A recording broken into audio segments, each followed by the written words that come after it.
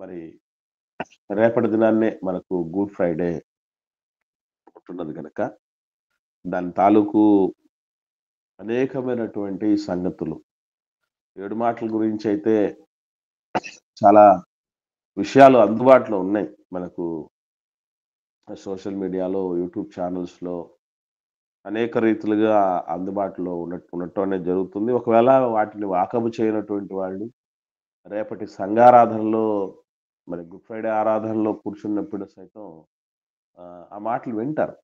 కానీ యేసుక్రీస్తు మరణ దినమని మనం ప్రపంచవ్యాప్తంగా సంబరాలు చేసుకుంటూ, సంతోషపడుతూ, పండుగ చేసుకుంటూ ఉన్న పరిస్థితుల మధ్య కొందరు బయలుదేరి కొన్ని ప్రశ్నలను, కొన్ని సందేహాలను, కొన్ని విమర్శలను గుప్పిస్తూ ఉంటున్నారు. వాటిలో భాగంగానే ఈరోజు మనం నేర్చుకొనబోయే పాఠం. What makes good Friday good? దీన్నే తెలుగులో శుభ శుక్రవారంలో శుభమేంటి? శుభ శుక్రవారంలో శుభమేంటి? ఈ పాట ఎవరన్నా విన్నారా? ఎవరికైనా విన్నట్టు గాని, ఎవరన్నా మాట్లాడగా వాకప్ చేసినట్టు గాని ఎవరికైనా గుర్తుందా అండి? బ్రదర్స్ గాని, సిస్టర్స్ గాని ఒకసారి రెస్పాండ్ అవ్వండి. శుభ శుక్రవారంలో శుభమేంటి? మనం గూడా ఎప్పుడైనా అసలు శుభ శుక్రవారంలో ఉన్న శుభమేంటి అంటే, మనం అందరం ఆలోచన చేసి పాఠం ఒకవేళ వినకపోయినా హ్మ్. మనందరి పాపాలకు విమోచన దొరికినటువంటి రోజు. ఎందుకంటే ప్రపంచంలో దేవుళ్ళుగా కొలవబడుతున్న వాళ్ళు, పిలువబడుతున్న వాళ్ళు, ఆరాధించబడుతున్న వాళ్ళు చాలా మందున్నారు. వాళ్ళందరి జీవితంలో ఉన్న జన్మదినాలకు మాత్రమే ప్రాధాన్యత ఉంది. వాళ్ళ జయంతి అంటారు. జయంతి అంటే జన్మదినం. ఆ జన్మదినాలకు మాత్రమే పండుగ దినముగా, పర్వదినముగా జరుపుకోవటం మనం చూస్తాం తప్ప,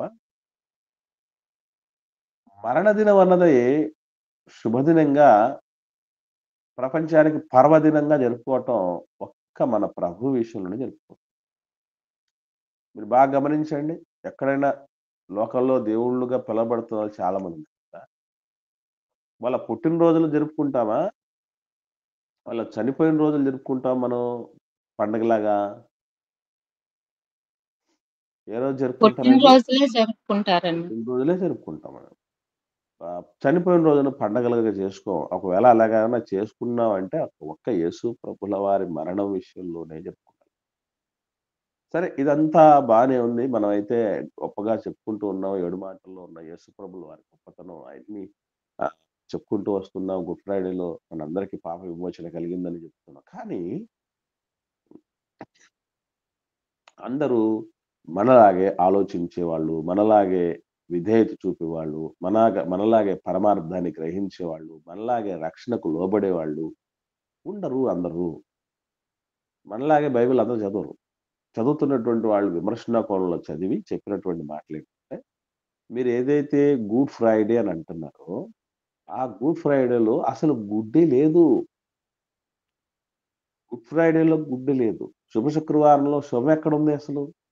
మీరేదైతే అనుకుంటున్నారో అదంతా రాంగ్. బైబిల్ ధృవీకరించట్లేదు. బైబిల్‌లోనే మీరనుకున్నది జరగట్లేదు. అంటే దట్ మీన్స్ వాట్? దాని అర్థం ఏంటంటే, యేసు ప్రభు అసలు సిలువే వేయబడలేదు అనేది ఒక ఆరోపణైతే, రెండోదేంటంటే, ఒకవేళ సిలువ వేయబడినా ఆయన సిలువలో చనిపోలేదు. ఇక మూడో ఆరోపణ గూడా ఉంది. ఆయన సిలువ వేయబడినా, సిలువలో చనిపోయినా పునరుత్థానుడు కాలేదు.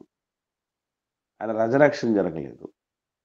ఈస్టర్‌లో గూడా మీరు ఈస్టర్ పర్వదినం జరుపుకుంటున్నారు. దానిలో గూడా అర్థం లేదు. అది బైబిలే ధృవీకరిస్తుంది. బైబిల్ నుంచి నిరూపిస్తాను.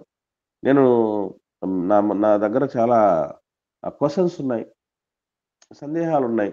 మరి మీరు తీర్చండి అని ప్రపంచవ్యాప్తంగా విశ్వవేదికల మీద వరల్డ్ వైడ్ ఫేమస్ అయినటువంటి సేవకులతో డిబేట్స్ చేసి డర్బన్ సిటీలో సౌత్ ఆఫ్రికాలో ఉన్నటువంటి డర్బన్ సిటీలో ఉన్నటువంటి ఒక ఇస్లాం మత పెద్ద ఆయన పేరే అహ్మద్ దీదాత్. ఎవరన్నా ఈయన కోసం తెలుసండి? విన్నారా? బ్రదర్స్ గాని, సిస్టర్స్ గాని. అహ్మద్ దీదాత్ అనేటటువంటి వ్యక్తి ఉన్నాడు. ఆయన ఇవి ప్రశ్నలు లేవనెత్తుతారు. ఒకటేంటంటే ఆహ్, ఆయన యేసుప్రభుల వారు సిలువ వేయబడలేదని బైబిల్ నుంచి నేను నిరూపిస్తాను. నంబర్ 1. ఒకవేళ సిలువ వేయబడినా ఆయన చనిపోలేదు అని నిరూపిస్తాం. ఒకవేళ చనిపోయినా గూడా ఆయన పునరుత్థానుడై తిరిగి లేవలేదని నిరూపిస్తాం. అని ఎన్నో విషయాలు బైబిల్ గ్రంథంలో నుంచి లేవనెత్తుతున్నారు. నంబర్ 1 యేసు ప్రభువు సిలువ వేయబడలేదు అని చెప్పడానికి వాళ్ళు చూపిస్తున్న రుజువులు చూస్తే నిజంగా మీకు ఆశ్చర్యం కలుగుతుంది. ఆలోచన చేస్తే నిజంగా ఇలాంటి విషయాలు ఆలోచన చేయాలిరా అనిపిస్తుంది. అంత ఉంది. ఒకసారి చూద్దాం. నేనే దీదాత్ యొక్క ప్రతినిధినై మీ ముందు ప్రశ్నలు గుప్పిస్తూ ఉంటున్నాను. కాబట్టి మీలో మరి దీన్ని ప్రొటెస్ట్ చేసి మనకు ఆన్సర్ మీరు ఇవ్వటానికి ప్రయత్నం చేయండి. యేసు ప్రభుల వారు సిలువే వేయబడలేదు అని చెప్పటానికి వాళ్ళు చూపిస్తున్నటువంటి ఆధారాలు ఏంటంటే మత్తయి సువార్త 26వ అధ్యాయము 39వ వచనం. అందరూ జాగ్రత్తగా నోట్ చేసుకోండి. విన్న తర్వాత కూడా ఒకవేళ ఏమన్నా కాస్త అర్థం కాని పరిస్థితులు ఉంటే మోస్ట్‌లీ ఈరోజు సాయంత్రంకే మెసేజ్ అప్‌లోడ్ అవుతుంది. మళ్ళీ వినండి. మరింత మందికి వినిపించండి. చాలా అవసరం ఇది. కొంత మత్తయి దూరము సువార్త వెళ్ళి సాగిలపడి కొంత దూరం వెళ్ళి అన్న సాగిలపడి రెఫరెన్స్ ఒకసారి చెప్పు. మత్తయి సువార్త 26వ అధ్యాయము 39వ వచనం అమ్మ. కొంత దూరం వెళ్ళి సాగిలపడి, నా తండ్రి, సాధ్యమైతే ఈ గిన్నె నా యొద్ద నుండి తొలగిపోనిమ్ము, అయినను నా ఇష్ట ప్రకారము కాదు, నీ చిత్త ప్రకారమే కానిమ్మని ప్రార్థించెను. సో ఇక్కడ ఈ ప్రశ్న, ఈ విషయం మనం ఎన్నిసార్లు చదవాలి చెప్పండి? ఎన్నోసార్లు చదివాం కదా. ఇదిగో విమర్శకుడు చదివి ఒక్క మంచి ఆధారం దొరికింది యేసు ప్రభువు వారు సిలువ వేయబడలేదు అని చెప్పడానికి దాన్ని వాడుకుంటాడు. ఏమన్నా తెలుసా? యేసు ప్రభు ఎవరండి? నీతిమంతుడా కాదా? నీతిమంతుడే. ఇది ఒకసారి మనసులో పెట్టు. అసలు వాస్తవంగా నీతిమంతుడు లేడు, ఒక్కడు లేడు అని రాయబడింది. ఒకవేళ ఏదన్నా నీతిమంతుడు ఉంటే ఖచ్చితంగా ఒక యేసు ప్రభుల వారే ఉంటాడు తప్ప ఇంకెవరు లేరు అన్నటువంటి విషయం మనందరం ధృవీకరించుకునేది కదా. మరి ఒక్కడే నీతిమంతుడుగా ఉంటే ఆ నీతిమంతుని యొక్క నీతి ఏం చేయాలని బైబిల్ చెప్తుంది? నంబర్ 1 సామెతల గ్రంథం 10వ అధ్యాయము 2వ వచనం చూద్దాం. 2వ వచనం. సామెతల గ్రంథం 10వ అధ్యాయం 2వ వచనం. భక్తిహీనుల ధనము వారికి లాభకరము కాదు, నీతి మరణము నుండి రక్షించును. నీతి, మనిషి యొక్క నీతి ఏం చేస్తుందటండి? మరణము నుంచి మరణము నుండి రక్షిస్తుందట. ఇప్పుడు యేసు ప్రభువు వారు నీతిమంతుడని మనం అందరం ముక్త కంఠంతో చెప్తున్నాం, మనకు తెలుసు కదా. మరి ఆయన నీతి మరణం నుండి తప్పించబడాలి కదా. ఇది ఎవరు చెప్పారు? బైబిల్లో ఉందా లేదంటే ఖురాన్లో ఉందా? లేదా వేరే గ్రంథాల్లో ఏమన్నా ఉందా? బైబిల్లోనే కదా అది. ఒకటి కొత్త నిబంధనకు వద్దాం. యాకోబు రాసిన పత్రిక 5వ అధ్యాయం 16వ వచనం చూడండి. యాకోబు రాసిన పత్రిక, యాకోబు గారు రాసిన అపోస్తలుడైన యాకోబు గారు రాసిన 5వ అధ్యాయం 16వ వచనం చదవండి. మీరు స్వస్థత పొందినట్లు ఒకరి కొరకు ఒకడు ప్రార్థన చేయుడి, నీతిమంతుని విజ్ఞాపన మనస్పూర్వకమైనదై బహు బలము గలదై ఉండును. నీతిమంతుడు విజ్ఞాపన చేస్తే ఎలా ఉంటుందటండి? మనపూర్వకంగా ఉంటుందట, బహుబలము గలదై ఉంటుంది. ఇప్పుడు యేసుప్రభువు వారు ఏమని విజ్ఞాపన చేశాడు తండ్రికి గెత్సేమనే తోటలో? మనం చదివాం కదా. మత్తయి 26వ అధ్యాయం 39వ వచనంలో ఏమని చదివాం? గిన్నెను తీసేయనని అన్నాడు కదా. నాకు ఈ మరణం వద్దు నాయనా, తీసేయనాయనా అని అడిగాడు కదా. నీతిమంతుడు కదా, నీతి మరణం నుండి తప్పించబడుతుంది కదా, నీతిమంతుని ప్రార్థన మనపూర్వకమైనది, బహుబలము గలదే ఉంటుంది కదా. యేసు ప్రభువే ప్రార్థన చేసినప్పుడు, నీతిమంతుడు ప్రార్థన చేసినప్పుడు ఆయన ప్రార్థనను దేవుడు అంగీకరించాడా? సో అంగీకరించాడు. అంగీకరించి ఏం చేశాడట అంటే, యేసు ప్రభుల వారిని అట్నుంచి అటే పరలోకానికి తీసుకెళ్ళాడట దేవుడు. తీసుకెళ్ళిపోయి మరి గెత్సేమనీ తోటలో పట్టుకున్నది ఎవరిని అనంటే, వేరొక వ్యక్తికి యేసు ప్రభువు రూపం ఇచ్చాడట దేవుడు. వేరొక వ్యక్తికి యేసు ప్రభువు రూపం ఇస్తే, ఆ రూపం కలిగిన వ్యక్తిని తీసుకెళ్ళి సిలువేస్తారట. ఎంత బాగుంది కదా! ఏమండి? Something wrong. ఎంత అద్భుతమైనటువంటి అల్లి ఎళ్ళారంటే, ఒకవేళ మీరు చెప్పండి, ఆలోచన చేయండి. డెప్త్ లేదనుకోండి వాళ్ళకి, వినేటటువంటి వాళ్ళకి లోతు తెలీదనుకోండి, ఏమైపోతారు చెప్పండి? 100% నమ్ముతారా లేదా? 100% నమ్మారు. అనుకుంటాను. నిజమే కదా! యేసుప్రభు నీతిమంతుడు. నీతిమంతుడు అడిగాడు తండ్రిని. బలము గలదే ఉంటది. అలాగే నీతి మరణం నుంచి తప్పిస్తుంది. మరి అలాంటప్పుడు మా యేసుప్రభుల వారు నిజంగా తండ్రిని కోరుకుంటే, తీసేయ్యా నాకు ఈ సిలువ మరణం అని నీతిమంతుడై విజ్ఞాపన చేస్తే, దేవుడు ఎందుకు దాన్ని యాక్సెప్ట్ చేయడు? కాబట్టి యేసుప్రభుల వారిని అట్నుంచి అట్టు తీసుకెళ్లారు అనేది ఒక క్లూ అయితే, ఒకవేళ ఇది వేరే వేషం వేశారు అది ఇది అంటే మనం పెద్దగా నమ్మమని బైబిల్‌లో నుంచి మరొక క్లూ చెప్తున్నారు. ఏంటది అంటే, మత్తయి సువార్త 27వ అధ్యాయము 32వ వచనం. మత్తయి సువార్త 27వ అధ్యాయము 32వ వచనం. వారు వెళ్ళుచుండగా కురేనీయుడైన సీమోనును ఒకడు కనబడగా, ఆయన సిలువ మోయుటకు అతనిని బలవంతము చేసిరి. ఇక్కడ దీన్ని కూడా పట్టుకున్నారు. ఏమనంటే, యేసు ప్రభుల వారిని ఆ టైంలో సిలువ నుంచి తప్పించేశారు. బైబిల్‌లోనే ఉంది. ఏమనుంది? సీమోను అను ఒకడు కనబడ్డప్పుడు యేసు ప్రభు సిలువ మోయటానికి అతన్ని బలవంతం చేశారు అనుంది. ఆ తర్వాత మళ్ళా యేసు ప్రభుకి సిలువేశారని ఉంది గానీ, వాస్తవం ఏంటంటే, ఆ సిలువేసింది కూడా ఎవరిని? సీమోను. సీమోన్నే సిలువేశారు. సీమోన్నే సిలువేశారు. మార్చేశారు. ఇక్కడ మార్పులకు చేర్పులకు గురైపోయింది బైబిల్. లేనివన్నీ తీసుకొచ్చారు. వాస్తవం ఏంటంటే, నిజాలు ఏదో అంటారు ప్రపంచంలో, ఎంత పెద్ద దొంగ అయినా ఏం చేస్తాడట? ఒక చిన్న క్లూ వదిలిపెట్టిపోతాడట కదా!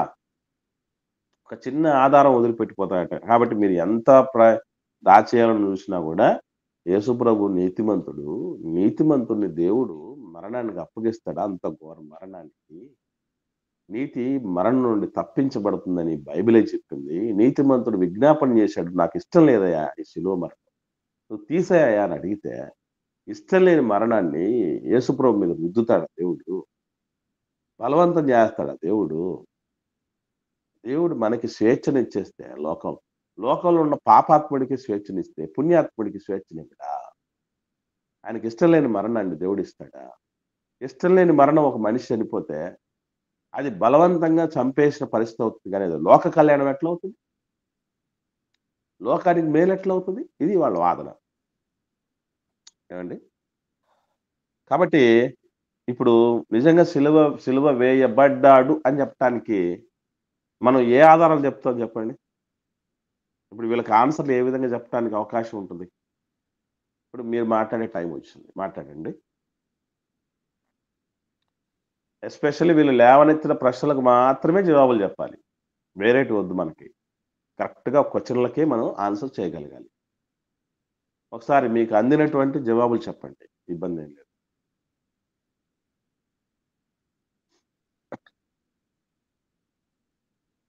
వందనాలనా? వందనాలమ్మా. చెప్పండమ్మా. ఆయన ప్రార్థన చేసి, తండ్రి మీ చిత్తమైతే గిన్నెను నా యొద్ద నుంచి తొలగించమని చెప్పింది. అప్పుడున్న సిచ్యువేషన్‌లో అప్పుడు వెంటనే ఎక్కడ తీసుకెళ్ళిపోతారో, నేను తండ్రి అప్పగించిన బాధ్యతను నేనెక్కడ నెరవేర్చకుండా పోతాను అనే విషయం గురించి ప్రార్థన చేశాడండి. అంతేగాని మరణాన్ని తప్పించమని ఆయన ప్రార్థన చేయలేదని మేము విన్నామన్నా. రైట్. ఓకే అమ్మా. ఇంకా? అలాగే రైట్. ఓకే. హ్మ్. సీమోనునే నిజంగా వాళ్ళు సిలువ వేసునుంటే ఆయనంత సహనాన్ని, ఓర్పును కనబరిచేవాడైతే కాదునా. దేవుని కుమారుడైన క్రీస్తు ప్రభుల వారికే అది సాధ్యం గనక, ఆ సిలువ వేసిన తర్వాత గూడా 7 మాటలు పలకగలిగినాడన్న. గుడ్. వెరీ గుడ్ అమ్మా. మంచి ఆలోచన అమ్మా. Very good. ఇంకా? ఇంకా సిస్టర్ చెప్పినవే కాకుండా ఇంకా ఏమైనా ఆలోచనలు ఉంటే కూడా మీరు షేర్ చేసుకోవచ్చు. ఒకసారి యేసుప్రభుల వారు ప్రార్థన కూడా ఏమని చేసేవాడు. ఒకసారి కాదు, మీరు గెత్సేమని తోట చూస్తున్నారు. వాస్తవం ఏంటంటే ఆయన బతుకున్నంత కాలం అంతా కూడా ఏమని ప్రార్థన చేసేవాడో ఒకసారి మీరు చూడండి అని ఈ వచనం కూడా చూపిస్తున్నారు. అది కూడా చూసేద్దాం. హెబ్రీయులకు రాసిన పత్రిక, అపొస్తలుడైన పౌలు గారు హెబ్రీయులకు రాసిన పత్రిక 5వ అధ్యాయము 7వ వచనం చూడండి. పౌలు గారు హెబ్రీయులకు రాసిన పత్రిక 5వ అధ్యాయం 7వ వచనం. శరీరధారి అయిన ఉన్న దినములలో మహారోదనతోను కన్నీళ్లతోను తన్ను మరణము నుండి రక్షింపగల వానికి ప్రార్థనలను యాచనలను సమర్పించి భయభక్తులు కలిగి ఉన్నందున ఆయన అంగీకరింపబడెను. యేసుప్రభుల వారు తండ్రికి ప్రార్థన చేసేవాడు కదా. ఏమని ప్రార్థన చేసేవాడటండి? అక్కడే ఉంది. ఏమని ప్రార్థన చేసేవాడట? మరణము నుండి రక్షింపగల వారికి మరణం నుండి రక్షించేసేయ్యా, నన్ను మరణానికి అప్పగించొద్దయ్యా అని ఆయన శరీరధారి ఉన్న దినాలన్నిటిలో దేవుణ్ణి అడిగినాడు. మరి ఇన్ని దినాలుగా బతికినంత కాలం దేవుణ్ణి మరణం నుంచి తప్పించయ్యా, రక్షించయ్యా అని అడిగితే తీసుకెళ్ళి సిలువకు అప్పగిస్తాడు దేవుడు. ఇంకో విషయం ఏంటి అక్కడే ఉంది. ఏమని? యేసుప్రభుల వారు అలా రిక్వెస్ట్ చేశారు తండ్రిని. తండ్రి ఏం చేశాడని రాయబడిందండి? తండ్రి ఏం చేశాడని రాయబడింది? అంగీకరించబడెను, యాక్సెప్టెడ్, గ్రాంటెడ్ అని చెప్పాడు. అరే దేవుడే యేసుప్రభుల వారు అలా రిక్వెస్ట్ చేశాడు, తండ్రికి ఇష్టమైపోయింది, తండ్రిని అంగీకరించి తీసేసుకున్నాడు. మీకు వచ్చిన సమస్య ఏంది మధ్యలో అని మాట్లాడుతున్నారు. ఏమండి? ఈ మరణం శారీరకమైన మరణం, ఆత్మీయ మరణం కాదు కదా. అది కాదక్క, అందరూ అదే దాని గురించి అనుకుంటారు. అది భౌతిక మరణం గురించే మాట్లాడు. ఇప్పుడు ఒక మాట చెప్తాను, మీరు వినండి. చెప్పమ్మా. మనము రక్షింపబడకుండా చనిపోతే పాతాళానికి పోతామని మనము ప్రార్థనలతో కన్నీళ్లతో యాచనలతో దేవుణ్ణి అడిగినాము. మన రక్షణ విషయం కాదక్క అక్కడ మాట్లాడుతున్నది ప్రభు. మన రక్షణ గురించి కాదు కదా, ప్రభు రక్షణ గురించే అనుకుంటున్నట్టుగా ఉంది కదా ఇక్కడ. శోభమ్మ చేయబోయే సిలువ మరణానికి ముందు ఆయన అనేక చోట్ల చంపాలని చూశారు కదనా. దానికి సిలువ మరణానికంటే ముందే ఎక్కడ నన్ను చంపేస్తారేమో, మరణానికి వెళ్ళిపోతానేమో అని అప్పటి వరకు ఆయన సువార్త జరగాలి కాబట్టి అలాగ మాట్లాడన్న. సిలువ వరకు నన్ను తప్పించగలవని ప్రార్థన చేశారన్న. వెరీ గుడ్ అమ్మ, వెరీ గుడ్. ఇక్కడ మనం గుర్తుంచుకోవాల్సిన ప్రధానమైన విషయం, బాగా ఆలోచన చేస్తున్నారు మీరు. ఒక్కొక్కరు షేర్ చేసుకున్న విషయాలు చూస్తూ ఉంటే ప్రభునందు ప్రయాస, ఎవరి ప్రయాస కూడా వ్యర్థం కాదు అన్నటువంటి రీతిగా మీ మాటలు చాటుతున్నాయి. Very good. I am very well satisfied, very happy. అయితే ఇంకా మనం ఎదగాల్సినటువంటి ఆవశ్యకత ఉంది. అందులో మనం గుర్తుపెట్టుకోవాల్సిన విషయం అంటే యేసుప్రభుల వారు తండ్రికి ప్రార్థన చేశాడు, మరణం సరైన సమయంలో నాకు మరణానికి అప్పగించు అంటే దట్ మీన్స్ దాని అర్థం ఏంటంటే ప్రభుల వారు గొప్ప ఉద్దేశంతో ఈ లోకంలోనికి తండ్రి చేత పంపబడ్డాడు, అభిషేకించబడి. కనుక ఆ పనంతా పూర్తవ్వాలి అంటే ఆయన దేహంలో ఉండాలి, ప్రాణంతో ఉండాలి, పని చేయాలంటే. కాబట్టి ఆ పని ముగించే లోపే ప్రాణం తీయకుండా ఎవరు కాపాడమని ప్రార్థించింది తప్ప మరొకటి కాదు. ఒకటి. రెండవది, ఇది ఆత్మీయ మరణం నాకు వద్దు అని ప్రభువు చేసినట్టని చాలా మంది చెప్తారు. అది దయచేసి నమ్మకండి. ఎందుకనంటే, ఒకవేళ మీలో ఎవరికైనా ఇంకా ఇలాంటి ఆలోచనలున్నాయా? అసలు ఉంటే నాకు చెప్పండి. ఉంటే యెస్, మాకు కూడా ఇలాగే అనిపించింది. ఈ మరణం అనేది భౌతిక మరణం కోసం గాదు ప్రభువుల వారు చేసింది. ఆత్మీయ మరణం కోసం ప్రార్థన చేశాడనేది ఏమన్నా ఇంకా ఎవరికైనా మైండ్‌లో ఉందా? ఉంటే దయచేసి మీరు తెలియపరచండి. ఎందుకంటే, నేను దాని విషయంలో కూడా క్లారిటీ ఇవ్వాలి. ఇలా అనిపించినటువంటి వాళ్ళు ఎవరన్నా ఉన్నారా?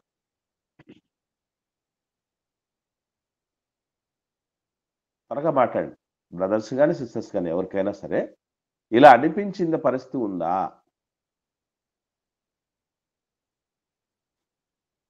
లేదన్నా. ఆ!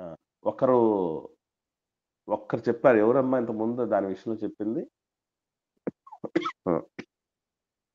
ఆత్మీయ మరణం అనేటువంటి విషయం ఎవరో షేర్ చేసుకున్నారు ఇంతకుముందు. సుజాతక్కన్న. సుజాతక్క. రైట్. దయచేసి ఇది గుర్తుపెట్టుకోండి. అసలు ఆత్మీయంగా ఎవరు చనిపోతారండి? ఆత్మీయ మరణం ఎవరికొస్తుంది? చెప్పండి. ఆత్మీయ పాపాత్ములకన్నా. మరణం వెరీ గుడ్. పాపాత్ములు. రక్షణ లేని వారు. రక్షణ లేని వాళ్ళకి ఆత్మీయ మరణంలో ఉన్నట్టు అర్థం. పాపాత్ములుగా ఉన్నటువంటి వాళ్ళకి ఆత్మీయ మరణం. మరి ఆ విధంగా ఆత్మీయ మరణం నాకు వద్దు అని అంటే యేసుప్రభుల వారు ఏ పరిస్థితిలో ఉంటే చేయగలగాలి ఆ ప్రార్థన? పాపంలో ఉంటే చేయాలి. పాపంలో ఉంటే చేయాలి. కాబట్టి అది అసలు కానే కాదు. ఓకే, అది గుర్తుపెట్టుకోండి. ఇకపోతే యేసుప్రభుల వారు అదే సామెతల గ్రంథం 10వ అధ్యాయం 2వ వచనంలో ఏదైతే చెప్పబడిందో, నీతి మరణం నుండి తప్పించబడినంటే అంటే ఎప్పటికీ నీతిమంతుడు చచ్చిపోడనా అర్థం? బైబిల్ ఎక్కడైనా నీతిమంతులుగా ఉంటే, రక్షణ పొందుకుంటే, పరిశుద్ధులైతే, క్రీస్తు శిష్యులైతే, భక్తులైతే, క్రైస్తవులైతే చచ్చిపోరు అని ఏమన్నా బైబిల్ చెప్పిందా? లేదన్నా, చెప్పలేదు. లేదు కదా. ఏం చెప్తున్నా? ఏం లేదు. యెహోవా భక్తుల మరణం అంటే యెహోవా భక్తులు కూడా ఏమైపోతారు? చనిపోతారు.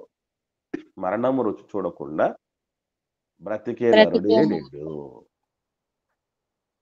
ఖచ్చితంగా మన్ను ధరించుకుని వస్తే మన్నైపోవాల్సిందే. వాళ్ళు నీతిమంతులు కావచ్చు, అనీతిమంతులు కావచ్చు, రక్షించబడిన వాళ్ళు కావచ్చు, రక్షణ లేని వాళ్ళు కావచ్చు. అది చెప్పింది బైబిల్. ఇకపోతే మీ పాపాలు ఒకరినొకరు ఒప్పుకోండి అన్నాడు. యాకోబు పత్రిక 5వ అధ్యాయము మనం 16వ వచనం చదివామే. మీ పాపాలు ఒకరినొకరు ఒప్పుకోండి. ఆ ఒప్పుకున్నటువంటి దాని విషయంలో నీతిమంతుడి ప్రార్థన మనపూర్వకమైనదే ఉంటుంది. అంటే నీతి కలిగి చేయండి ప్రేయర్ ఒకరి కోసం. మీ పాపాలు ఒప్పుకుంటూ చేయండి. ఒకరి పాపాలు ఒకరితో ఒప్పుకోండి అని చెప్పబడింది తప్ప, శిలువ మరణం సమయంలో, కష్టం వచ్చిన సమయంలో, సంకటం వచ్చిన సమయంలో, అసలైన పరీక్షను ఎదుర్కొనే సమయంలో మీరు ప్రార్థన చేసి తప్పించుకోండి కాదు అది. ఆ మాట ఆ సందర్భం చెప్పబడింది. Note this point. ఇక గెత్సెమని తోటలో యేసుప్రభుల వారు ప్రార్థన చేసే సమయంలో అది ఒక్కటే చూశారు. గిన్నెను తొలగించు అన్నటువంటి. తర్వాత 3 సార్లు ఏమన్నాడు? ఒకసారిగా 2 సార్లు కాదు. నీ ఇష్టమే నాయన. నీ ఇష్టమే. ఈ విధంగా ఇది గిన్నెలోది త్రాగితేనే నీ ఇష్టం నెరవేరేటట్లయితే నీ ఇష్టమే నాయన అని విధేయత చూపించాడు. ఇక్కడ మనం గుర్తుపెట్టుకోవాల్సింది, మనం నీతిమంతులమైన దేవుడి చిత్తంలో లేకపోతే అది దేవుడు గ్రాంటెడ్ చేయడు, దాన్ని నెరవేర్చడు. చిన్న ఎగ్జాంపుల్ చెప్తాను మీకు అర్థం కావటానికి. యేసుప్రభుల వారికి ఇష్టమే ఉంది నీతిమంతుడుగా. శరీరాన్ని బట్టి ఆయనకు వచ్చినటువంటి బాధది ప్రపంచంలో ఎవరికైనా కూడా ఆ టైం వచ్చినప్పుడు భయం ఉంటుంది. భయం వస్తేనే కరెక్ట్‌గా దేహంలో రక్త మాంసాలు 100కి 100 పాళ్ళు సంపూర్ణ మానవులుగా ఉన్నట్టు అర్థం. ఆయన సంపూర్ణ మానవుడిగా రావటం జరిగింది భూమి మీదకి. ఎందుకనంటే, "నువ్వుకేం ప్రభువా" ఇప్పటికీ చాలా మంది అంటూ ఉంటారు యేసుప్రభుల వారిని. ఏమని? యేసుప్రభుల వారిని మాదిరిగా తీసుకొనొస్తే చాలా మంది యాక్సెప్ట్ చేయరు. ఏమంటారు చెప్పండి? ఆయన దేవుని కుమారుడు కాబట్టి ఆయన ఎక్కడండి, మనం ఎక్కడండి బాబు? ఆయన దేవుడైపోయాడు, మనమేమో మానవులు అయిపోయాం. ఆయనకు మనకు పోలిక ఏంటండి? మనం ఉండగలం అసలు ఆయనలాగా? అసలు నిజంగా యేసుప్రభుల వారిని గొప్పగా చెప్తున్నామో, లేకపోతే మనల్ని మనం చేతగానోళ్ళుగా చెప్పుకుంటున్నామో అర్థం కానట్టుగా మాట్లాడతారు కొంతమంది. అది అవునని గాని, కాదని గాని కూడా చెప్పలేనంత వంటి తెలివితేటలతో మాట్లాడతారు. ఆయనెక్కడ, మనమెక్కడండి? యేసుప్రభుకి ఎంత ఓపికుందంటే, మనం మనుషులం కాదు బ్రదరు అంటాడు. యేసుప్రభు వారి పాపమే చేయలేదండి. మనం మనుషులం కాదు బ్రదరు. ఇది ఉప్పు, కారం తినబడి అంటే ఆయన ఉప్పు, కారం తినలేదేంటి? ఆయన వయసులో లేడండి. ఇవన్నీ తప్పించుకోవటానికి ఏదో ఇంతకుముందు చెప్పాను గదా! ఆడలేనోడు ఏం చేశాడంట? మధ్యలో మీద ఆ పడతాడు. మధ్యలో వాయించలేనోడు చక్కగా వాయించలేదండి బాబు. నాకు అందుకనే సరిగ్గా నేను ఆడలేదన్నాడు. తలపాగా కట్టడం చేతగానోడు నాకు రాదు గాబట్టి తలపాగా కట్టడం నా వల్ల గావట్లేదు అనడంట. తలే చొట్టగా ఉంది. తలే చక్కగా లేదు. నన్నేం చేయమంటారు? అనే పరిస్థితి. కాబట్టి యేసు ప్రభుల వారు గూడా మనలాంటి దేహంతో వచ్చాడు. కాబట్టి ఆ మరణం అనేది దగ్గర పడ్డప్పుడు ఎవ్వరైనా అదే ఫీల్‌లో ఉంటారు. కానీ వెంటనే ఆత్మ చేత శారీరక క్రియలను చంపి తండ్రికి లోబడినటువంటి విధేయుడిగా యేసుప్రభుల వారున్నారు. అటు సిలువ వేయబడలేదు అనేటటువంటిది కాదు. యేసుప్రభుల వారికి ప్రారంభం నుంచి ఫుల్ క్లారిటీ ఉంది. ఎందుకొచ్చానని చెప్తాడండి ఎప్పుడు చూసినా? అనేకులకు ప్రతిగా విమోచన క్రయధనముగా ప్రాణమునివ్వడానికే వచ్చాను. అలాగే యెరూషలేముకి ఎళ్ళబోతున్నాము తొందరలోనే. అక్కడ వాళ్ళు ఈ విధంగా నాకు తీర్పు తీరుస్తారు. నాకు సిలువ దండనేస్తారని ఎన్ని సార్లు చెప్పలేదు ప్రభు? He is well prepared. కానీ పర్టిక్యులర్‌గా టైం దగ్గర పడ్డప్పుడు ఏం చేస్తారంటే ఒకంత భయం. ఇప్పుడు మీకు అర్థం కావడం మాట చెప్తాను. ఫుల్ ప్లెడ్జ్డ్‌గా ప్రిపేర్ అయ్యారండి పిల్లలు ఎగ్జామ్స్‌కి 10థ్ క్లాస్ గాని, ఇంటర్మీడియేట్ గాని పిల్లలు. తిరిగేలేదు. కానీ అంతగా ప్రిపేర్ అయినోళ్ళు కూడా కరెక్ట్‌గా క్వెషన్ పేపర్ వచ్చే టైంకి ఏమవుతారు? టెన్షన్ పడతారు. భయపడతారు. కాస్త టెన్షన్ పడతారు. ఎందుకు అంటే ఈ క్వెషన్ పేపర్ ఎట్లుందో ఏమో ఏ క్వెషన్‌లొచ్చాయో ఏమో అని. స్టేట్ ర్యాంక్ వచ్చినోడిని గాని, దేశవ్యాప్తంగా ర్యాంక్ వచ్చినోడు గాని కరెక్ట్‌గా ఆ టైం దగ్గర భయపడతారు. అంత ప్రిపరేషన్ ఉన్నోడు. అంత ర్యాంకులు కొట్టినటువంటి వాళ్ళు కూడా. అది అది సహజం. అది అది సహజ సిద్ధమైనటువంటి విధానం అది. ఆలోచన లేదా స్పందన. దాన్ని పట్టుకొని మనం యేసుప్రభు వారికి అసలు ఇష్టమే లేదు. ఇష్టం లేని మరణాన్ని యేసుప్రభు వారికి ఇచ్చేసాడని ఎవరు చెప్పారు? యేసుప్రభు ఏమైనా చెప్పాడేంటి? వచ్చి చెవులో చెప్పాడంటే వాళ్ళకేమైనా? చూడండి ఒకసారి. యోహాను సువార్త 10వ అధ్యాయం. ఆయన ఏమంటున్నాడు? ఆయనకి ఇష్టం ఉందా లేదా? అది కూడా చూద్దాం. యోహాను సువార్త 10వ అధ్యాయము 17, 18 వచనాలు చూద్దాం. యేసుప్రభుల వారికి శిలువ మరణం ఇష్టం లేదా? ఎలా ఎలా మనం ఒకసారి చూద్దాం. అన్నట్లు నా ప్రాణమును పెట్టుచున్నాను. ఇందువలననే నా తండ్రి నన్ను ప్రేమించుచున్నాడు.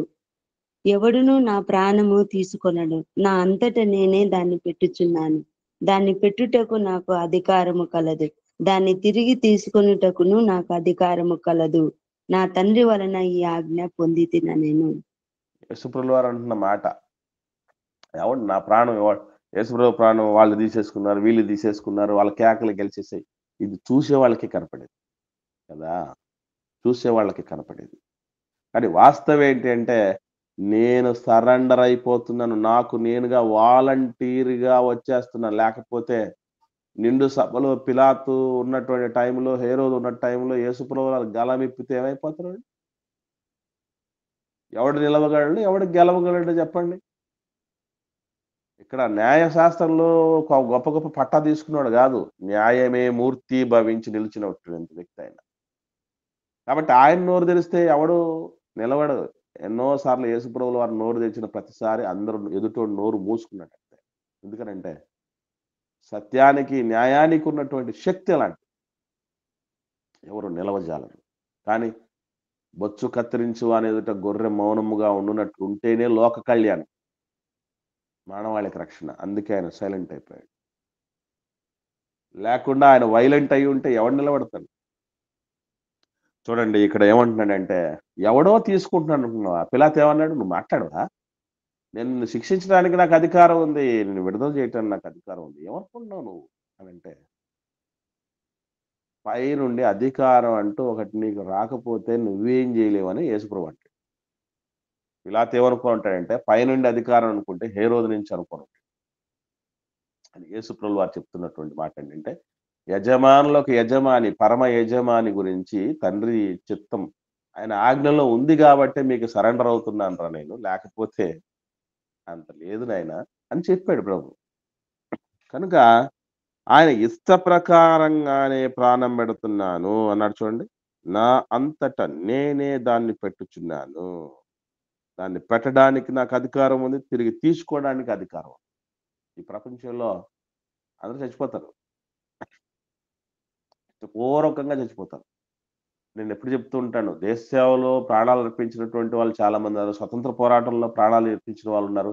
కుటుంబం కోసం, సొంత వాళ్ళ కోసం ప్రాణాలు ఇచ్చిన వాళ్ళు ఉన్నారు. కానీ ఏ విధానంలో అది పెడితే, పెట్టుబడిగా పెడితే తిరిగి వచ్చేస్తుందంటే ఆ ప్రాణం దేవుడు కోరుకున్న రీతిలో పణంగా పెడితేనే తిరిగి దాన్ని సాధించుకోగలవు. ఇది మనం గుర్తుపెట్టుకోవాలి. అది యేసుప్రభుల వారి మరణానికి మిగతా మరణాలకున్న డిఫరెన్స్. అది తండ్రి కోరిన విధంగా ఆ దేహాన్ని భూమిలో పాతిపెట్టగలిగితే, పాతిపెట్టే లోపు చేయవలసిన పనులు ఏవైతే తండ్రి చెప్పాడో అవన్నీ చేసి మనం భూగర్భంలోకి వెళ్ళగలిగితే, ప్రభు రెండో రాకడలో మనల్ని లేపటం తథ్యం. లేపి తనతో పాటు సదాకాలం ఉనుటకు తీసుకుని వెళ్ళిపోవటం తథ్యం. కనుక ప్రియులారా, యేసుప్రభుల వారిని సిలువే వేయబడలేదని చెప్పటానికి ఏదైతే నేరారోపణలు చేస్తున్నారో అవి నిరాధారమైనవి తప్ప, నీటి మూటలు లాంటివి తప్ప, గాలి మాటలు లాంటివే తప్ప మరొకటి కాదు. ఇక రెండో విషయం ఉంది. అదేంటంటే, యేసు ప్రభుల వారినట సిలువ వేయబడినా కూడా ఆయన సిలువ మీద చనిపోలేదట. మరి చనిపోకుండా బతికేశాడా? అవును, బతికేశాడా అని చెప్తున్నారు. ఎలాగట? యేసు ప్రభుల వారికి యోగా చేయడం వచ్చాడు. అంటే అప్పుడే ఉన్నది యోగా. 2000 సంవత్సరాల క్రితమే యోగా వీళ్ళు కనిపెట్టేశారు. ఆయనకు ప్రాణాయామం తెలుసట. అంటే ఊపిరి బిగబట్టుకొని ఉండేటువంటి ఆ శిక్ష కళ ఉంది కదా, ఆ కళ ఉందట ఆయనకి. ఎందుకట ఆ విధంగా ఆయన చేసిందంటే, దీనికి కూడా అద్భుతమైన అల్లికల్లాడు. మనం మరి బైబిల్ మనం ఏం చదువుతున్నారో అనిపిస్తుందండి ఇవన్నీ చూస్తే. చూద్దాం, మీకు కూడా ఈ షాక్ అనిపిస్తుంది మీకు. 19వ అధ్యాయము యోహాను సువార్త. యోహాను సువార్త 19వ అధ్యాయము 31వ వచనం చూద్దాం. 31వ వచనం. ఆ దినము సిద్ధపరచు దినము, మరుసటి విశ్రాంతి దినము మహాదినము గనుక ఆ దేహములు విశ్రాంతి దినమున శిలువ మీద ఉండకుండునట్లు వారి కాళ్ళు విరగగొట్టించి వారిని వేయించుమని యూదులు పిలాతును అడిగిరి. కాబట్టి సైనికులు వచ్చి ఆయనతో కూడా సిలువ వేయబడిన మొదటి వాని కాళ్ళు, రెండో వాని కాళ్ళు విరగగొట్టిరి. వారు యేసునొద్దకు వచ్చి అంతకు ముందే ఆయన మృతి పొంది ఉండుట చూచి ఆయన కాళ్ళు విరుగగొట్టలేదు గాని సైనికులలో ఒకడు ఈటెతో ఆయన ప్రక్కను పొడిచెను. వెంటనే రక్తమును నీళ్లును కారెను. గమనించండి. సో ఇందులో వీళ్ళు చెప్తున్నటువంటి మాట, యేసు ప్రభుల వారట అక్కడ ఏం చేశారట అంటే చనిపోయినట్టు యాక్ట్ చేశారట. ఎందుకు అలా యాక్ట్ చేస్తే ఏమవుద్ది? కాళ్ళు విరగొట్టరు. కాళ్ళు కొట్టకపోతే మనం బతకొచ్చు. కాబట్టి ఈలోపు చనిపోయినట్టు ఆయన ప్రాణాయామం చేసి యోగా చేసి ఉన్నాడట. చూసారు ఎంత బాగుందో?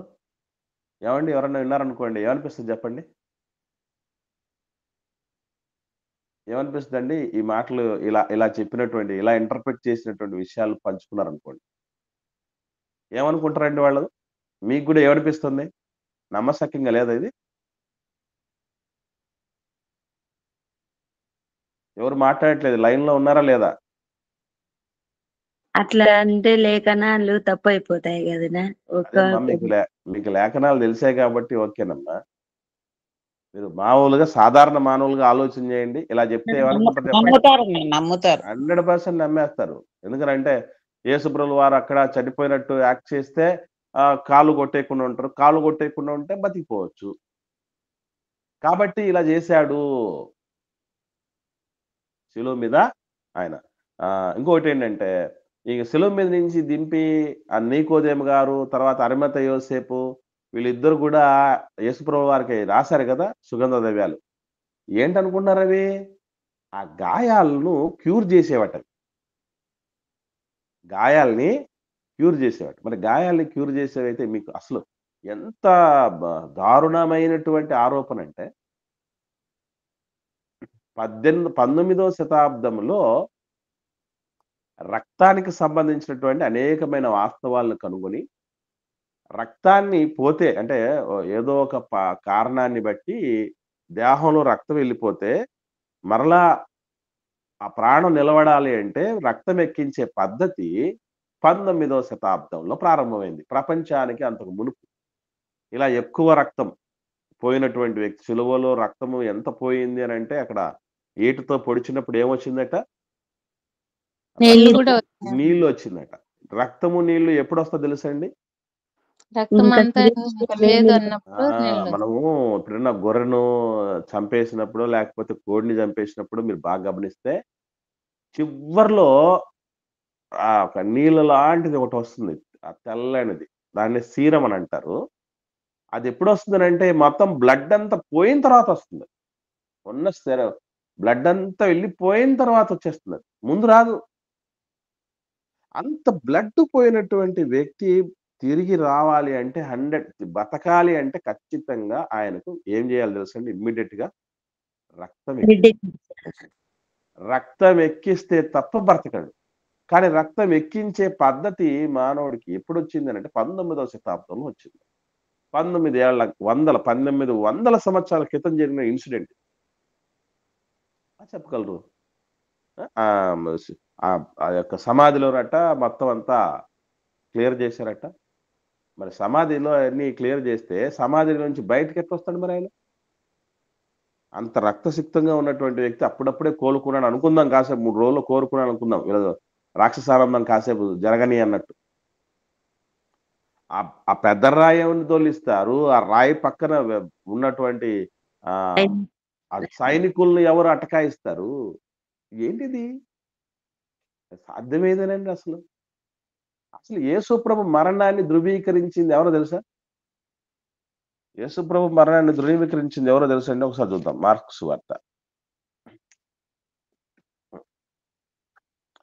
15వ అధ్యాయం. మార్కు సువార్త. ఎవరెవరో చెప్తే ఏంటి, ప్రత్యక్షంగా అక్కడ ఉన్నటువంటి వ్యక్తులు శతాధిపతి అన్న. రికార్డు చేసి చెప్తున్నటువంటి మాట. మార్కు సువార్త 15వ అధ్యాయము 43 వచనం నుండి 45వ వచనం వరకు చూద్దాం. గనక సాయంకాలం అయినప్పుడు అరిమతయ యోసేపు తెగించి పిలాతునొద్దకు వెళ్లి యేసు దేహము తనకిమ్మని అడిగెను. అతడు ఘనత వహించిన యొక్క సభ్యుడై దేవుని రాజ్యము కొరకు ఎదురుచూచువాడు. పిలాతు ఆయన ఇంతలోనే చనిపోయినా అని ఆశ్చర్యపడి యొక్క శతాధిపతిని తన యొద్దకు పిలిపించి ఆయన ఇంతలోనే చనిపోయినా అని అతని అడిగెను. శతాధిపతి వలన సంగతి తెలుసుకొని యోసేపునకు ఆ శవము నప్పగించెను. ఏమండి, ఇక్కడ మీరు బాగా గమనించండి. సైనికుల్లో ఒకడు ఏడుతో యేసుప్రభుని పొడిచాడు కదా. ఎందుకు పొడిచాడు అనుకుంటున్నారు? కన్ఫర్మేషన్ కోసం శతాధిపతి నుండి ఆజ్ఞ వచ్చింది. చూడు చనిపోయాడని చెప్తున్నారు వీళ్ళు, తీసుకెళ్ళిపోతానంటున్నారు, చూడు ఒకసారి అని శతాధిపతి సైనికుడు ఆజ్ఞాపిస్తే సైనికుడు వచ్చి చెక్ చేశాడు. ఈ శతాధిపతికి ఆజ్ఞ ఎవరిచ్చారు? రోమా గవర్నర్ అడిగాడు, ఏంటయ్యా చనిపోయాడా అనండి. అంటే రోమా గవర్నర్ వచ్చి శతాధిపతికి ఆజ్ఞాపిస్తే కన్ఫామ్ చేసుకోమని శతాధిపతి వచ్చి సైనికుడికి చెప్తే సైనికుడు వచ్చి ఏటితో పొడిస్తే నీళ్లు రక్తం కారినప్పుడు కన్ఫామ్ అయింది. ఏమని? యేసు ప్రభుల వారు మరణించాడు అని. అక్కడున్న అధికారులు, సైనికులు, పోలీస్ ఆఫీసర్సు, ప్రభుత్వ ప్రతినిధులు అందరూ కూడా యేసుప్రభు మరణాన్ని ధృవీకరిస్తే కాదని చెప్పడానికి వీళ్ళెవరండి? ఒకటి. ఇక రెండో విషయం ఏంటంటే అసలు యేసుప్రభు కాళ్ళని ఎందుకు విరగ్గొట్టలేదు? ఇది కూడా మనకు తెలుసుకోవాలి. అంటే చనిపోయి ఉన్నాడు కాబట్టి, అప్పటికే చనిపోయినాడు కాబట్టి కాళ్ళు విరగ్గొట్టే పని లేదు. ఎందుకంటేనండి, కాస్తో కూస్తో ఈ కొరప్రాణంతో ఉన్నటువంటి వ్యక్తులు, శిలువ మీద ఉన్నటువంటి వ్యక్తులు ఇంకా రాత్రి కాకముందే వాటిని శవాలను దింపేయాలి. ముఖ్యంగా విశ్రాంతి దినాన అవి ఉండకూడదు. కాబట్టి కొరప్రాణంతో ఉన్నటువంటి వాళ్ళు కాళ్ళు గడ్జేస్తే పూర్తిగా చచ్చిపోతారిక. ఎందుకనంటేనండి, ఆ కాళ్ళు ఆధారంగానే వాళ్ళు కాస్త నిలదొక్కుకోవటం, ఊపిరి సలుపుకోవటం చేస్తారట. ఎప్పుడైతే కాళ్ళని విరగ్గొడతారో మిగిలినటువంటి రక్తం కూడా వెళ్ళిపోతుంది. ప్లస్ ఇంకేమీ దాన్ని వాళ్ళు నిలబెట్టడానికి ఆధారంతో ఊపిరి పీల్చుకోవడానికి గాని, వాళ్ళు అలా నిలిచి ఉండడానికి గాని ఆధారం ఏముండదు. వెంటనే చచ్చిపోతారట. యేసుప్రభుల వారు అలా కాళ్ళు విరగగొట్టబడకుండా ఉండడానికి కారణం ఏంటి అనంటే, మనం చెప్తారు చాలామంది. 34వ కీర్తన చూద్దాం. ఇదొక ప్రవచనం ఉంది. 20వ వచనం.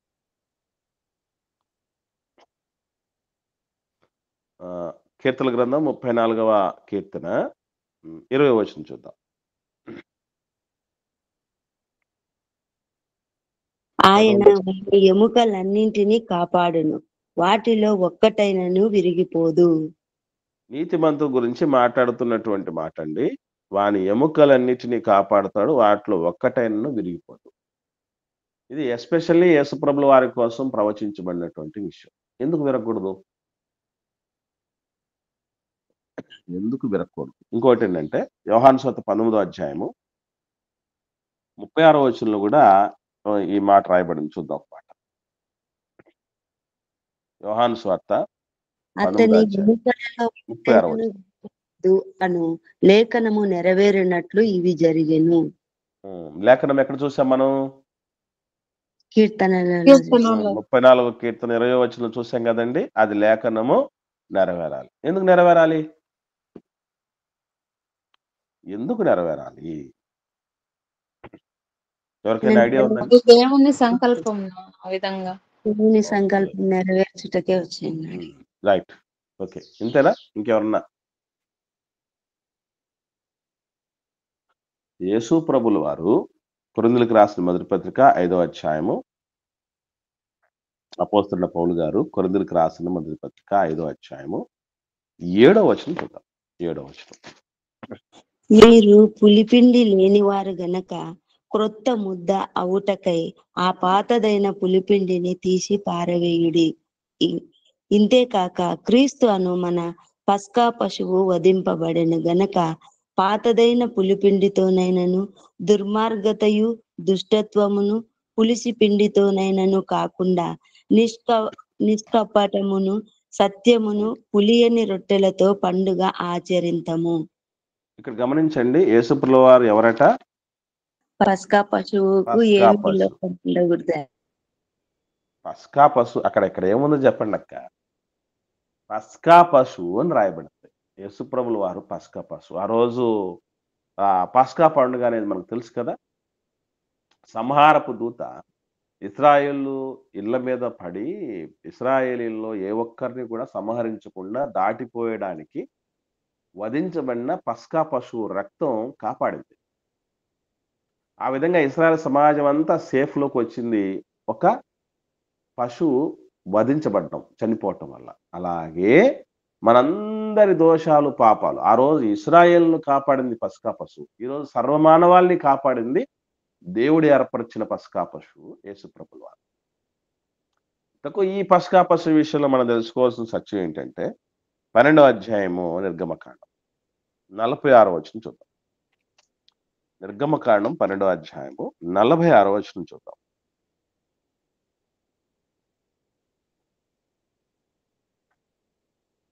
త్వరగా. మీరు ఒక్క ఇంటిలోనే దాన్ని తినవలెను, దాని మాంసములో కొంచెమైనను, ఇదే కదనా, అదేనమ్మా, చదవండి. ఇంటిలో నుండి బయటికి తీసుకొని పోకూడదు, దానిలో ఒక్క ఎముక అయినను మీరు విరగకూడదు. ఒక్క ఎముక, పస్కా పశువు యొక్క ఎముక ఒక్కటి కూడా విరవకూడదు. అది పస్కా పశువు కోసం దేవుడు ఏర్పరిచిన కట్టడ. ఎందుకనంటే మిగతా పశువుల గురించి ఎస్పెషల్లీ ఇలాంటివి ఎందుకు చెప్తాడండి తెలుసా అండి దేవుడు? ఇలా పర్టికులర్‌గా ఎందుకు చెప్తాడు? ఇదేంటి విరిగితే ఏమవుద్ది, విరగకపోతే ఏమవుద్ది? ప్రాణమే పోతున్నప్పుడు ఎముక విరిగితే విరగకపోతే ఏమండి? నేను అడుగుతున్న ప్రశ్న. ప్రాణమే పోతూ ఉంటే ఎముక విరిగితే విరగకపోతే ఏం చెప్పండి? దేవునికి అర్పించేటప్పుడు అది ఏ కళంకము ఉండకూడదని పాత నిబంధనలోనే, కొత్త నిబంధనలో దేవుడు మన కోసం ప్రాణం పెడుతున్నప్పుడు ఏ కళంకము ఏది ఉండకూడదు.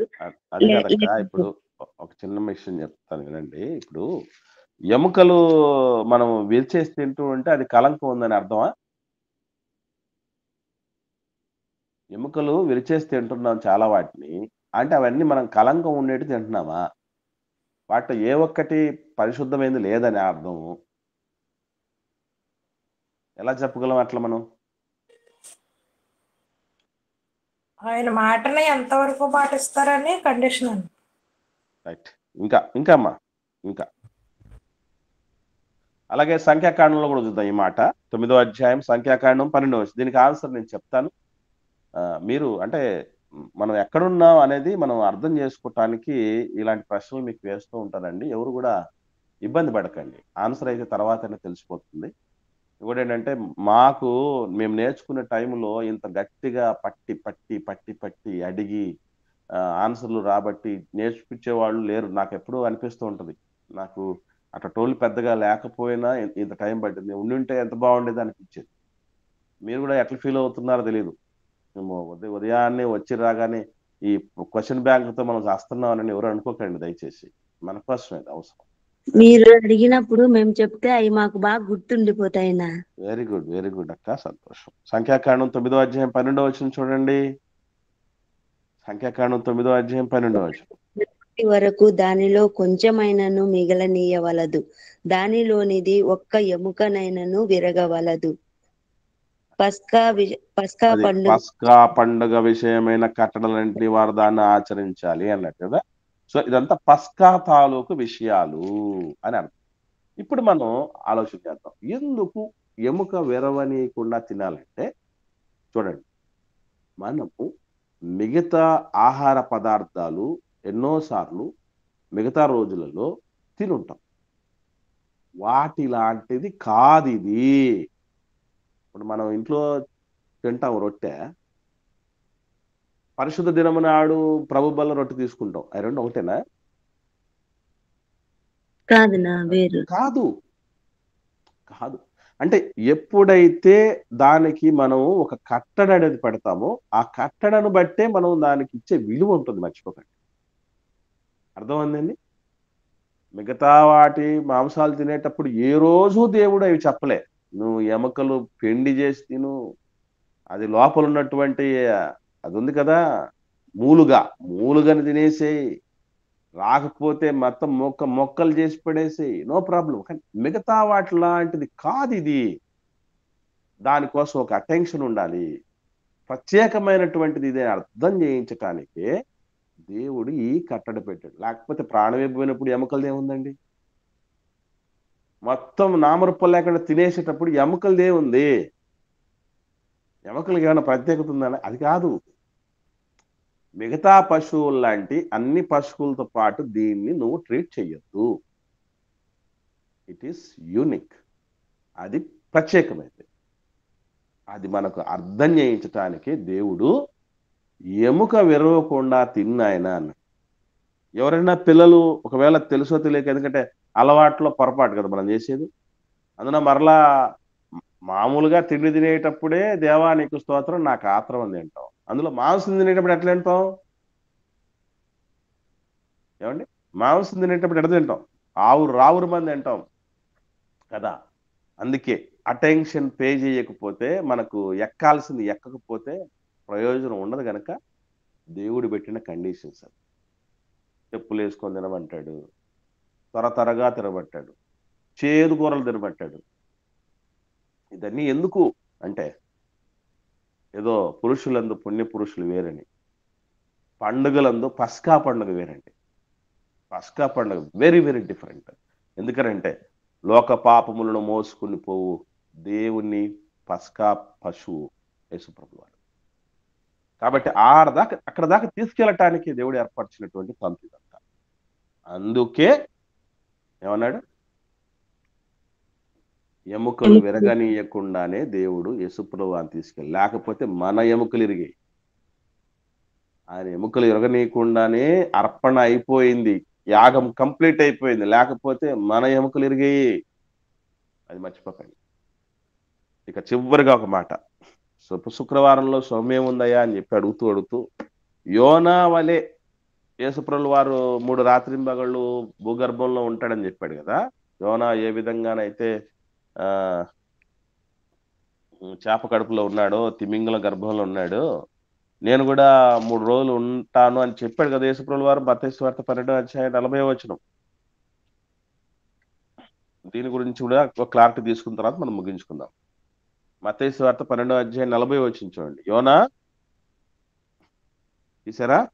యోనా 3 రాత్రింబవళ్ళు తిమింగలము కడుపులో ఎలాగుండెనో అలాగు మనుష్య కుమారుడు 3 రాత్రింబవళ్ళు భూగర్భములో ఉండును.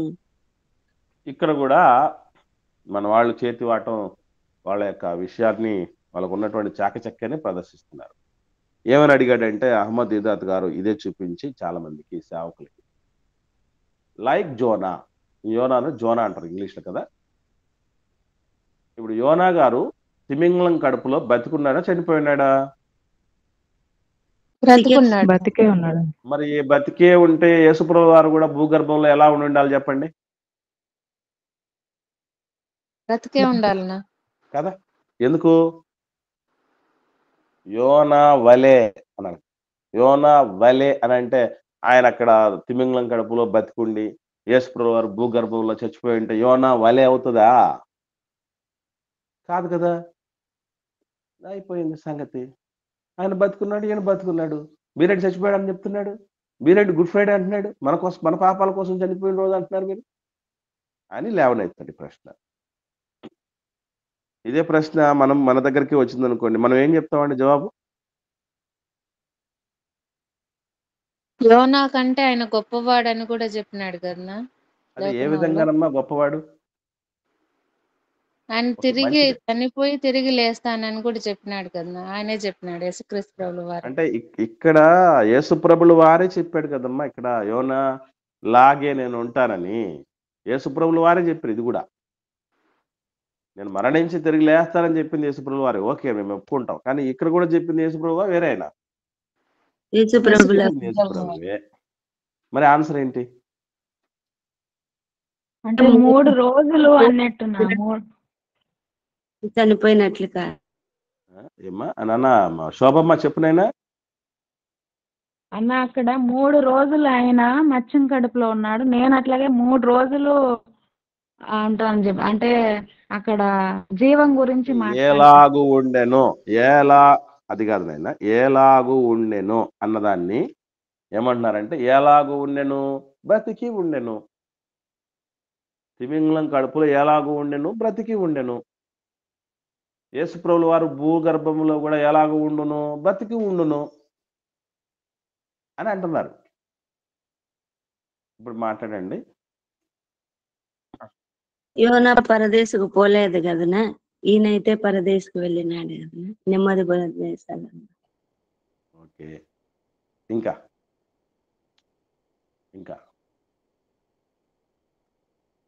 రైట్.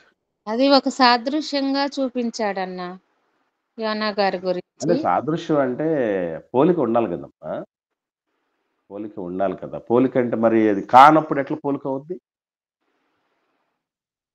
ఇప్పుడు వలే అని అన్నప్పుడు అన్నీ దానికి తగ్గట్టుగా ఉండాలి కదమ్మా, కరెక్ట్గా సింక్ అవ్వాలి కదా, ఖాళీ అవ్వాలి కదమ్మా. రైట్. ఇంకెవరన్నా మాట్లాడాలి ఉన్నారా బ్రదర్స్ కానీ సిస్టర్స్ కానీ?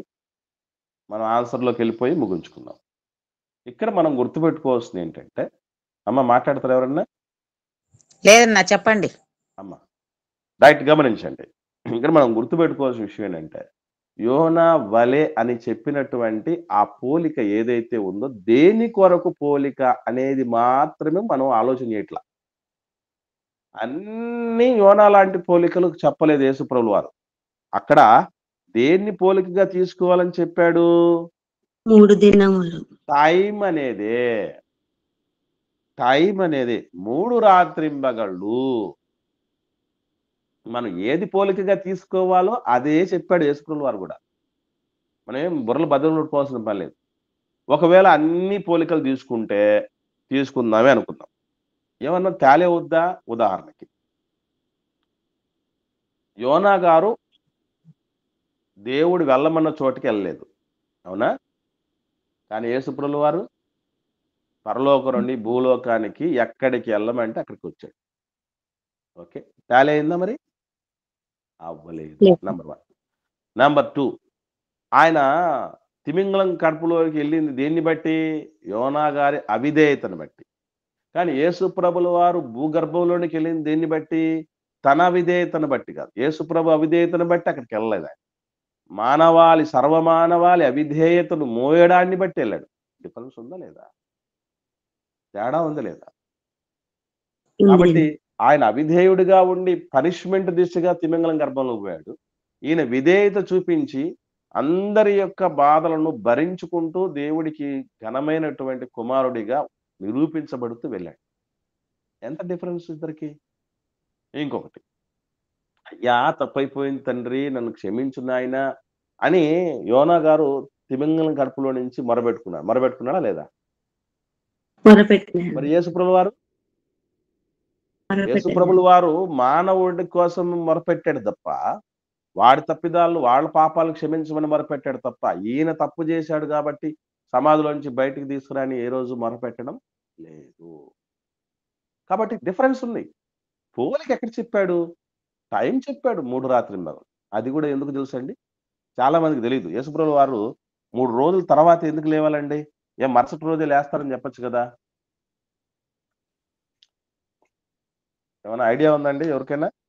ఎందుకు 3 రోజులే ఉండాల్సిన 3 రోజులు ఉండాల్సిన పరిస్థితి ఎందుకు వచ్చిందంటారు? చెప్పండమ్మా.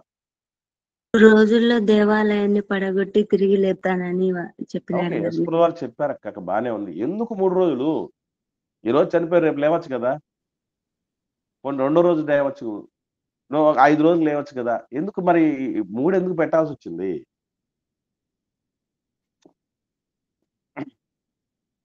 ఏం లేదండి, ఒకటే గుర్తుపెట్టుకోండి.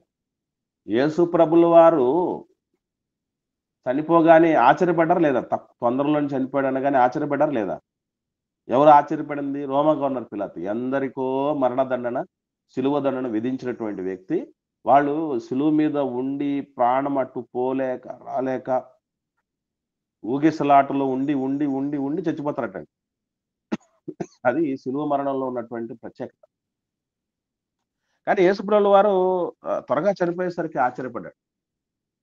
ఒకవేళ నేను మరుసటి రోజు వేస్తానన్నా అనుకోండి, 24 గంటల్లోపు ఏదో ఒకటి మేనేజ్ చేసి ఉంటారు. ప్రాణం కాపాడుకోవడానికి, తిరిగి లేవటానికి ఏదో ఒక రూపేణా మేనేజ్ చేసి ఉంటారు. ఎంతమందిని చూడలేదు అని ఎవడైనా మళ్ళీ ఒక కథ అల్లుతాడు. కానీ శిలువ మీద నుండి తీయబడినటువంటి వ్యక్తి ఖచ్చితంగా చనిపోయిన తర్వాత తీసేస్తారు. ఒకవేళ తీసేసిన ఒక్క రోజు ఓవర్ నైట్ కంటే ఎక్కువ బతుకుంటారు. అంటే యేసు ప్రభుల వారి మరణం కన్ఫామ్. 3 రోజులు అయిందంటే శిలువ మీద నుంచి దించిన తర్వాత ఖచ్చితంగా ఎట్టి పరిస్థితుల్లో ఎవడైనా బతకడానికి అవకాశం. చనిపోయిన తర్వాత కదా లేపబడాల్సింది. కాబట్టి 3 రోజులకు కంపల్సరిగా చనిపోవటం అనేది జరుగుతుంది. అందుకు 3 అని చెప్పాడు అప్పుడైనా ప్రవచనంగా యేసుప్రభువు వారు. ఓకే, ఇదండి శుభ శుక్రవారంలో ఉన్నటువంటి శుభం. లేదంటే మనకందరికి శుభం కార్డు పడేది. ఆయనే గనక రాకపోయి ఉంటే మనకు శుభ శుక్రవారం రోజున లోక కళ్యాణానికి ఆయన అంకురార్పణ చెయ్యకపోయి ఉంటే విమర్శించటానికి అహ్మద్ దీదాత్ గారు లాంటి వాళ్ళు, వాళ్ళ తర్వాత అనుచరులు లాంటి వాళ్ళు ఎవరు ఉండరు. ప్రపంచంలో ఇంత విశ్వవ్యాప్తమైన క్రైస్తవం ఉండదు. ఎవ్వరూ ఉండేవాళ్ళు కాదు. ఎందుకంటే దేవుడి ఉగ్రత కాలము సంపూర్ణమైనప్పుడు దేవుని తన కుమారుడు పంపించాడు దేవుడు. అంటే అయిపోవచ్చిన టైం కరెక్ట్ గా లోకమంతటి తీసేయాలనుకున్న టైంలో యేసు ప్రభుల వారు వచ్చి నిలబెట్టగలిగారు. అదేనండి శుక్రవారంలో ఉన్నటువంటి శుభం. సిలువ వేయబడింది నిజం, సిలువ మీద మరణించింది నిజం. సర్వమానవాళికి మరో లోకం, మరో బ్రతుకు, మరో భవిష్యత్తు ఉందని నిరూపించింది నిజం పునరుత్థానం రూపేణ. కాబట్టి ఆయన నమ్మితే ఆయనకున్నటువంటి మన ప్రభుకున్న గొప్పతనం ఏంటంటే, వాడు విమర్శించిన వాడైనా కావచ్చు, తప్పుపట్టిన వాడైనా కావచ్చు, చంపిన వాడైనా కావచ్చు, దూషించిన వాడైనా కావచ్చు, ఈటతో పొడిచినోడైనా కావచ్చు, ఆయన దగ్గరికి వస్తే నా దగ్గరికి వచ్చు వాడిని నేను ఏమాత్రం తోసేయకుండా నేను వాడిని రక్షిస్తాను. అంటే అంత విశాల హృదయుడు. చచ్చిపోయే ముందే ప్రభువుని ఎరిగినటువంటి మనం మరింతగా రుచి తెలుసుకొని ఆ రుచిని అనేకులకు పంచడానికి సిద్ధపడదాం. మీకు అందరికీ very very happy good Friday. ఎవరికైనా ఏమైనా సందేహాలు ఉంటే అడగండి. లేని పక్షాన ఒక ప్రార్థన చేయండి. క్లోజ్ చేసుకుంటాం.